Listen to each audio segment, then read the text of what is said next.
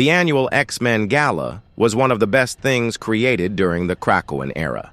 A year has passed since the last Hellfire Gala, the event where the dream of a unified mutant nation was brutally destroyed by a surprise attack from anti-mutant forces. To mark that moment and affirm to the world that mutants still endure, a new celebration has been called. Not a gala, but a vigil, a night of unity between all the X-Men, a night to remember and to declare that the mutant people are still here. The ceremony begins in the heart of Central Park. All the mutants in attendance light candles in a gesture of solidarity. Mutants from all over arrive through reactivated portals, created by the combined abilities of Prodigy, Forge, Sobinar, and Local. Each portal was carefully designed to locate anyone with the X gene and transport them safely to the event, but they would only function for one night. The guest list was kept restricted. No undesired figures like Mr. Sinister or Apocalypse. A few portals were even open to Arakko, but there was no response from the mutants living there. Among the guests, Miss Marvel Kamala Khan appears slightly out of place. Prodigy tries to reassure her, explaining that she's a mutant now. She was officially transformed into one, and although she still seems to feel like an outsider, she has been fully accepted by the mutant community. As the ceremony unfolds, the story shifts to Alaska at the factory, the current base of the X-Men. There, Psylocke confronts Cyclops, upset that he refuses to attend the event. And indeed, the leader of the X-Men remains firm in his decision. In his view, there is nothing to celebrate. Krakoa was lost. The world is in ruins. The fight for mutant survival is ongoing and being lost.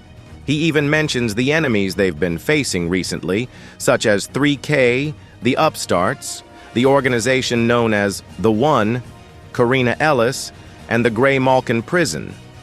The city they're in had barely just been saved, and the Brotherhood of Evil Mutants nearly abducted one of their own right in front of them. Even their enemies now have their own X-Men team, and in light of all this, throwing a party seems like a farce to him. Still, Psylocke presents herself as the team's spokesperson and says that everyone at the factory except for Scott will be present at the event. According to her, the X-Men need to be seen at this public event for PR reasons, if they want to maintain their image as the face of mutant humanity.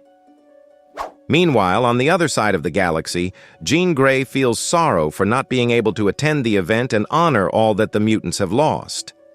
It was those very losses that led her to the decision to leave Earth. She knows it was the right thing to do, until suddenly she hears a voice in the void. It was the voice of her sister, presumed dead, a figure recently brought back under circumstances tied to Cable, which is part of the current Phoenix storyline. Jean follows the voice, and it reveals something surprising, the promise of a new home among the stars, a refuge where mutants wouldn't be used, persecuted, or punished, a place that could welcome them. The voice says it always knew the Phoenix would find them, and on that day, Jean unknowingly sent out that call. What she finds are echoes of a distant past.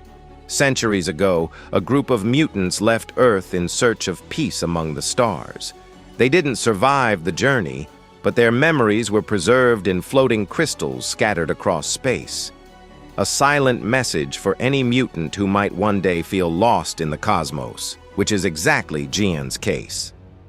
While Jean Grey found comfort among the stars, in Chicago the celebration continued. Dazzler took the stage doing what she's always done best, singing with all her heart. Here we learn that Kid Omega doesn't like Dazzler, seeing her as an industry plant.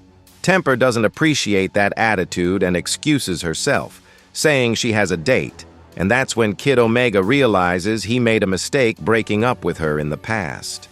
Temper is interested in someone else now, and Glob jokes that Kid Omega's other ex-girlfriend lives in New York, referring to Sophie of the Stepford Cuckoos. And speaking of relationships, during the show we also notice a flirtation between Beast and Jennifer Starkey, the newest member of the Alaska team. Jen gained her powers artificially as an adult, involving the ability to adapt her body to whatever situations she faced. She sees Beast as someone who might understand what it means to acquire powers later in life. Even though he had mutant powers since birth, he only became blue and furry as an adult.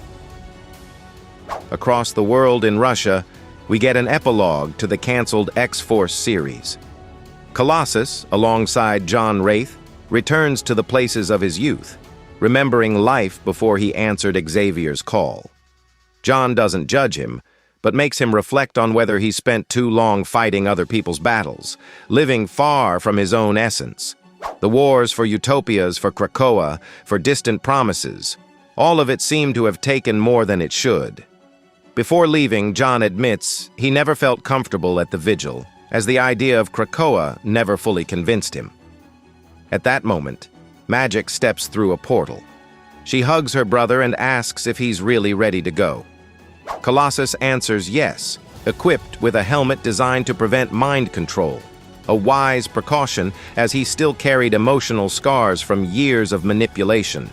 His gloves were also outfitted with safety tools, and more prepared than ever, he joined his sister, and together they set off toward the Vigil. Meanwhile, the X-Men led by Cyclops and the Uncanny X-Men led by Rogue met at the Vigil, reminding us that these two teams often clash over their different approaches, yet they still share the same goal: preserving mutant unity. Temper and Ransom take advantage of this brief peace between the teams to finally be together. Rogue and Psylocke even joke that their relationship is like Romeo and Juliet's, though the state of the X-Men's inter-team relations doesn't seem all that bad right now. During the show, we also find Bronze, Axo, and Melee, members of the Exceptional X-Men, a group of new mutants led by Kate Pryde and Emma Frost. Melee insists on buying bootleg merchandise for its lower price, while Axo and Sophie Cuckoo meet and seem genuinely happy together. On the other side of the city at Lulu's Tavern, Bobby Drake the Iceman and Kitty Pryde watch the Vigil from a distance. Like Scott, Kate refuses to attend the event, and for that reason Bobby decides to stay with her. The truth is, during the end of the Krakoan era, she had resumed her killer persona, a version of herself she thought was long buried. That's why Kate has been trying to live a normal life. A little later, Emma Frost stepped onto the stage to deliver an emotional and powerful speech. She began by reminding everyone that before any name or identity, even before their first breath, the only one who knew them was their mother. And in that sense, Krakoa was a collective mother, because they were all children of Krakoa. They didn't belong to her by territory or citizenship. They belonged by essence. The island existed before words, before awareness, before any system. And she concluded her speech by saying that as long as a mutant heart still beats, Krakoa will live on. The celebration continued with Dazzler returning to the stage, but something was off. Domino picked up strange sounds coming from underground, and then the unexpected happened. Karina Ellis had deployed Sentinel dogs, armed and trained, who stormed the event with the objective of capturing Dazzler. Remembering the chaos of her previous tour, Dazzler didn't want to repeat that nightmare, and to keep the danger under wraps, only a few mutants were dispatched to help Domino contain the intruders. But they were outnumbered, and in the peak of the confusion, one of the attackers managed to subdue Dazzler and took her into custody right in the middle of the celebration. Even in handcuffs, Dazzler urged everyone to stay calm because she didn't want that night to become just another chapter of violence. She advised everyone to keep their composure, to hold back, to remember how good this all once was, and how, with effort, maybe it could be again. Yes, Dazzler was taken to Greymalkin prison right before the eyes of a crowd filled with powerful mutants. Now we cut to the storm scene, which opens with two flashback panels. The first shows young Aurora with her mother and Dare, and the other shows her mother's death. In the present, she's at her sanctuary in Atlanta, hosting her own memorial event with characters like Callisto and Manifold in attendance. She delivers a beautiful speech, saying that mutants remembered well what they had built, what they were, and what they still are. And it's through memory that they remain united. It's revealed here that Ororo had taken a pregnancy test, possibly because of something that happened between her and Wolverine. But to her sorrow, the test comes back negative, and she begins to cry. Yet Eternity, the cosmic personification of the universe, who is currently using Ororo as its avatar, refuses to have as its host someone who has lost hope in the future. It knows that Storm needs some hope to fight, so she can serve more effectively in the coming battle against Oblivion. And so the entity grants her a vision of the future. In this vision, Ororo's daughter named Furaha is shown years ahead in time. The girl is holding a calendar and a watch, saying that her mother had asked her to show that exact date and time so she would remember in the future to say it to her in the past. Storm, emotional, listens as her daughter says that even though she liked her own hair, deep down she had always wished she'd inherited her mother's white hair. But instead, she got her father's black hair and his fangs. She also inherited her parents' powers and said that the kids at school never bothered her. Tears streamed down Storm's face. In that brief moment, she understood everything she was fighting for. That child, the future, the continuity, the living promise that the struggle was worth it. Meanwhile, on the other side of the country, Jean and Scott finally reunite at the X-Men headquarters. Upon seeing his beloved, Scott doesn't hesitate. He runs to her, embraces her, and kisses her, since she'd been gone for so long, and he missed her deeply. He asks why she's there, and when Jean replies that she came because the vigil mattered, Scott refers to the event as grotesque. After all, how could they hold candles and sing while everything around them was falling apart? Jean listens to him closely. She knows he carries the weight of the world on his shoulders, but she reminds him that the vigil wasn't about what they had lost. It was about what they still had.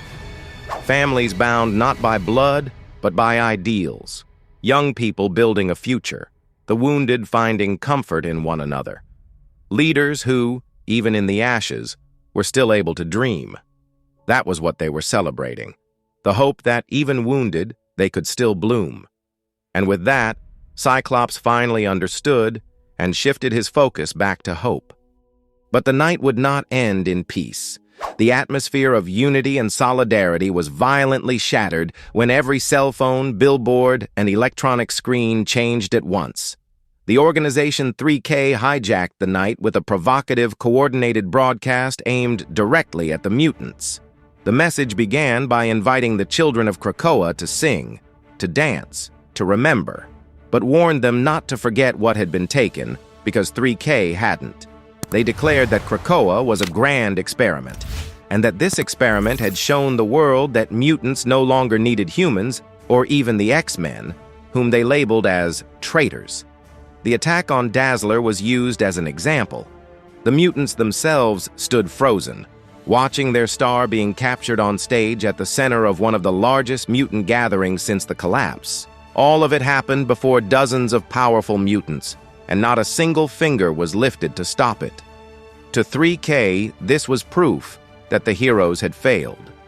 The message continued with a kind of prophecy. In the year 1000, humans ruled the world. In the year 2000, they began to realize that rule wouldn't last, and they reacted with fear, violence, and genocide. But in the year 3000, according to 3K's promise, there will be no more humans, and not even Earth will remain. Only a new Krakoa, reborn as the true legacy of resistance. According to 3K, they are the rightful heirs of Krakoa, not the X-Men. And so, the night that was supposed to be about remembrance and hope ended, submerged in tension and uncertainty. The message was loud and clear for the mutants. The world is changing, and the enemies are organizing.